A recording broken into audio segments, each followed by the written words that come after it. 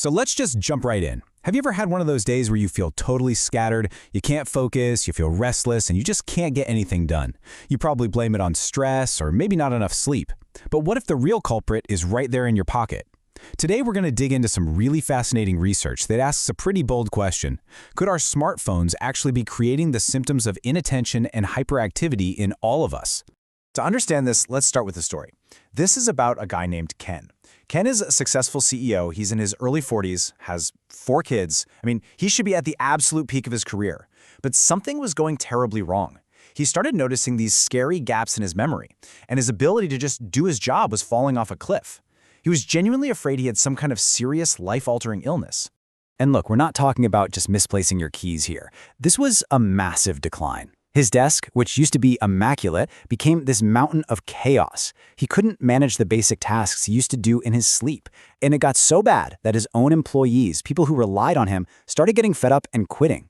Ken's world, both at work and at home, was starting to unravel. So, of course, everyone around him, and especially Ken himself, was asking this terrifying question: what on earth is happening to me?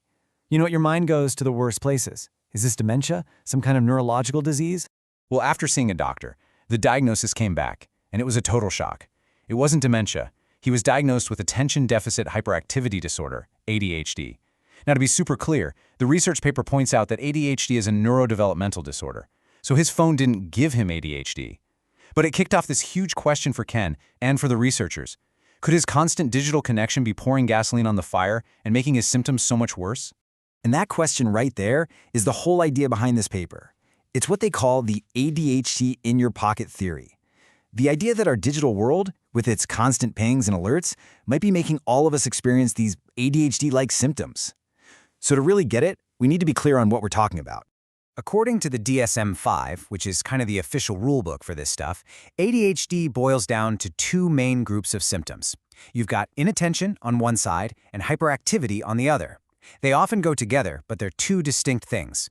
And this is a really helpful way to see the difference. Inattention is all about the mind's focus, right?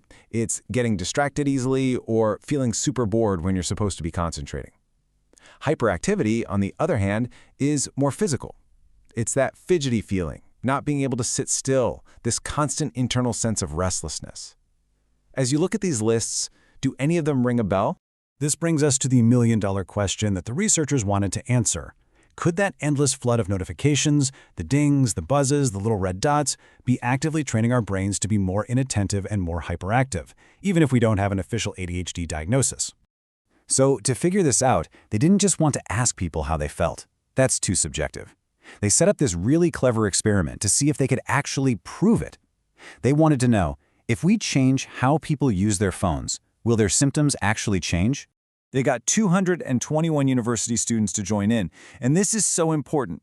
These weren't people who were already diagnosed with ADHD. This was a test on the general population, on everyday people just like you and me, to see how these interruptions affect us. The setup was beautifully simple. For 1 full week, the students had to live in interruptions on mode. That meant all their alerts were on, sound, vibrate, the works, and their phone had to be in sight or easily reachable at all times. Then, for the other week, it was interruptions off. They had to put their phones on Do Not Disturb and, get this, keep them completely out of sight. And just to make sure the experiment was rock solid, they had half the group do the quiet week first and the other half do the noisy week first. It's a classic scientific move to make sure the order you do things in doesn't mess up the results. Super smart. All right, so the experiment is done. The 2 weeks are over. Did it actually make a difference? Did turning off the phone's interruptions change anything?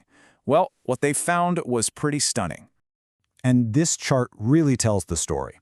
During the week when interruptions were turned on, people reported significantly higher levels of inattention.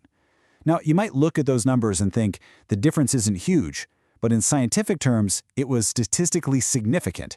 That means it's a real effect. It absolutely wasn't a random fluke. So here is the bottom line, the big takeaway. The experiment showed a direct causal link. It wasn't just that distracted people use their phones more. Nope. It showed that having more phone interruptions caused people to feel more inattentive and more hyperactive. But believe it or not, the story doesn't stop there.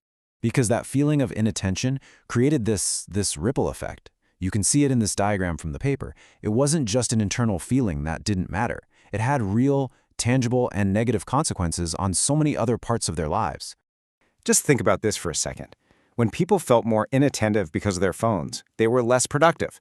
They felt less in control of their lives, less connected to other people, and they even reported having a lower sense of meaning and purpose in their life.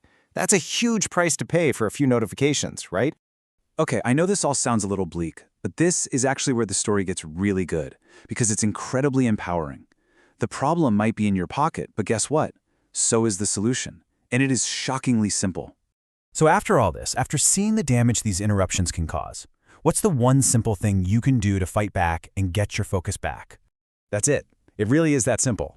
By just minimizing those interruptions, turning on Do Not Disturb, putting your phone in another room, you can directly fight back against these feelings of inattention and hyperactivity.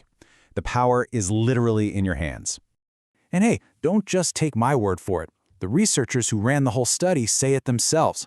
They concluded that we can push back against all these negative effects just by making a few simple tweaks to our phone's notification settings. It's a real solution that every single one of us can use right now. And that leaves us with one last and, I think, really exciting question to think about. If you actually did this, if you took back all those little moments of focus that get stolen by a buzz or a ping, what would you do with all of that reclaimed attention? What amazing thing could you build or learn? Or who could you connect with more deeply? That's definitely something worth thinking about.